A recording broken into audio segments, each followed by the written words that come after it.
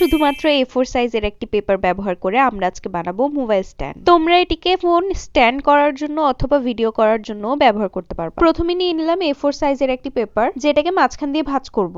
মাঝখানে ভাঁজ করার পর এটাকে ডাবল ভাঁজ দিতে হবে। পেপারটা খুললে আমরা 4টা ভাগ পাবো, যেখানে আবার দুই সাইডকে মাঝ বরাবর নিয়ে আসতে হবে। দেন ওই দুই সাইডকে আবার হাফ হাফ করে ভাগ করে নিলাম। প্রসেসটা তোমরা মনোযোগ সহকারে দেখলে বুঝতে পারবা। তো এখন লম্বা কাগজটাকে মাঝ বরাবর সমান ভাগে ভাগ করে নিতে হবে। সমান ভাগ হয়ে গেলে নিচে আমাদেরকে ডাবল ভাঁজ দিতে হবে। কি রে ভাই, এখানে এত ভাঁজ কেন?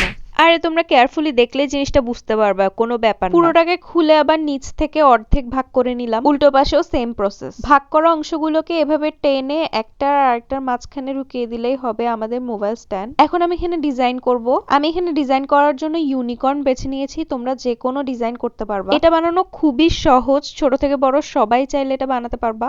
আমি ইউনিকর্নের কালারের কাজগুলো শেষ করে নিচ্ছি। সাথে দিয়ে দিলাম ব্লাশ। নিচের অংশে আমি গ্লু দিয়ে স্টিক করে ফেলছি, যাতে স্ট্যান্ডটা সেফ থাকে। আমি আরো একটা বানিয়ে ফেললাম। তোমাদের ভালো লাগলে একটা লাইক করে দিও।